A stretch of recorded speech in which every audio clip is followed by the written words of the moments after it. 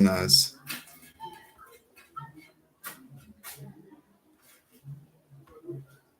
Okay, good afternoon, my subscribers and listeners. Um, Today we want to look at a very salient issue, and they are issue-based concern. And I feel that it is very, very important for us to look at them because this is just the way to detect or to dictate what happens in the society. And if we keep quiet, it means that somehow we are complicit to the degradation of our society. Okay. Now, the title is What Happened Yesterday. The governor of Anambra State rubbished his commissioner. Of course, he told the commissioner that he is incompetent.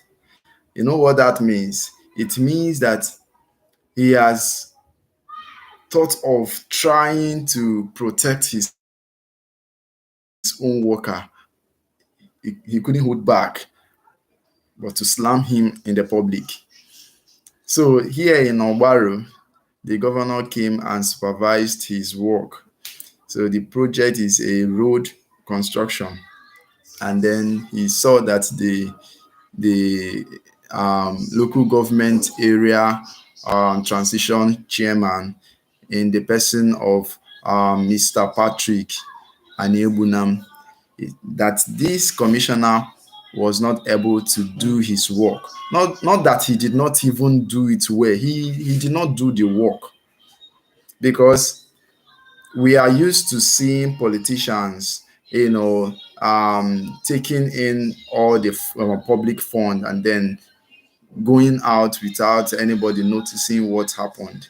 The underground politics is what they usually do, and then they siphon public funds.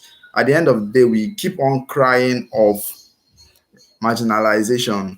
We keep on crying that the government is not doing what we ask them to do, are not addressing our problems. Now, Governor Soludo has made a bold step by criticizing his own worker in the public, and I commend him for that.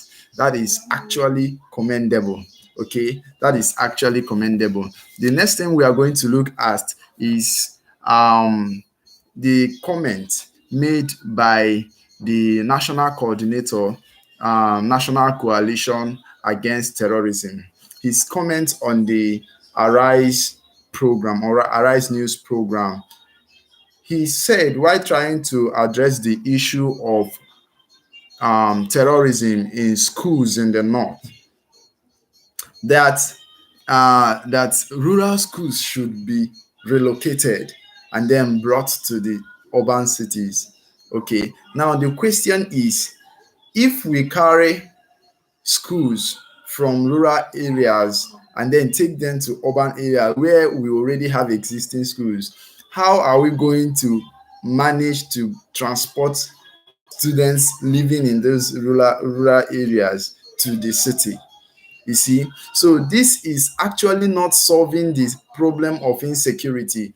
The fundamental issue there is insecurity. Okay, but this is like trying to pamper the terrorists instead of going against them head on. You are trying to match the stage by trying to relocate students. Are you going to relocate students to a place where you cannot even guarantee the safety? Because we have seen these schools that we are currently attacked, that we are recently attacked, they were in close proximity to where security agents, the police and military are stationed. Okay, so how do you guarantee the safety of these students when you relocate them to the cities? You see, banditry is the order of the day in the north of today. Of course, this same national chairman of this national coalition against terrorism made a comment that about 7 communities in Sokoto has been occupied by bandits. So what do we take out from this particular statement. It means that the security architecture of Nigeria is failing Nigeria, is not working. Therefore, there has to be a way to re-strategize how this system works in order to address the issue of insecurity in the north and across Nigeria, because we are facing similar challenge in southeast, in southwest, and in the south south. So we see that it is the new order that the banditry is transiting from the north down to the south, because it may not necessarily be bandits from the north that will orchestrate insecurity in the south. Of course, we know it is possible in the case of Fulani herdsmen, but then we know that our insecurity in the south is also orchestrated by indigenes of the south. Okay, so it is for the country to, for the government to look for a plausible solution to the fundamental issue, which is insecurity, instead of managing the stage by trying to do damage control or working on the victims. Okay, working on the victim is very necessary as a secondary case. Okay, but the primary case is addressing the issue of insecurity by taking out all these bandits.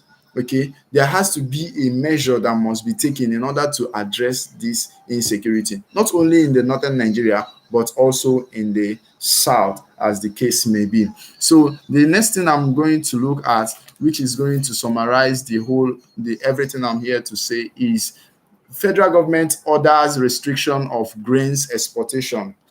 Of course, I've done this particular topic when it was still on the um, younger stage. What I mean by younger stage is that it has not gotten to this point that the federal government has to make an order for exportation of grains to be stopped. As of January, the governor of Niger State, Alhaji Umar, made a very strong move by restricting movement of food away from the state. He declared state of emergency on food security. And I can remember in my program that I told other governors, especially governors in the southeast, to adopt this measure to secure food, because the risk of taking out food to other places will come back as a consequence when our people will look for food and will no longer find where to get food. Because food is actually the first thing that causes inflation. And that means that our people will continue to go and borrow instead of produce more to consume and then have excess for others. Okay, at the point we are now in Nigeria, there is no enough food. Everybody is protecting their interest. So every state is trying to protect food in order to limit how the food supply is moving away from their state. Circulation of food inside the state can make the state be governable and maintain, good economic situation in the state. But when you continue to have food shortage, it means that the governor or the government of that particular state will find it very, very difficult to carry out all the things that he promised for the people. So I also want to reiterate a very important issue, even though I did not highlight it in my topic here. The trending issue is that the government of Nigeria, I mean the presidency, has denied that they do not have hand in the pardon of extra 3 trillion naira to the 2024 budget. I discussed this thing yesterday, and I know that a lot of people were seeing it, it is very, very easy for the federal government or the presidency to dissociate themselves from this particular criminal, in quote, act. Of course, the National Assembly has every reason to explain to Nigerians why the extra 3 trillion naira was added to the 2024 budget. Now, who are we going to hold accountable? The president of the Senate, Senator Godswill Akpabio, or the president of Nigeria? Because I know too well that this thing cannot happen if powerful people are not involved. So powerful people were involved. That was why it was possible for them to effectively add such an amount of money to the national budget. And then we are talking about it as if it is only concerning the northern group or representatives that spoke up against this particular, furtive or secret addition of extra money to the national budget. It is not about the North now. It is something that affects everybody. Of course, I heard a statement from a representative, or I mean, the presidency, that they should, investigate the Senate, the National Assembly, not the presidency, that it doesn't have to connect to the to President Tinubu. So, but we know that somehow this thing must have been done in order to go behind Nigerians' back to bring back subsidy, especially subsidy on fuel and food supply. So this is what I have to say this afternoon, and I hope you will join me in my subsequent videos. Thank you so much.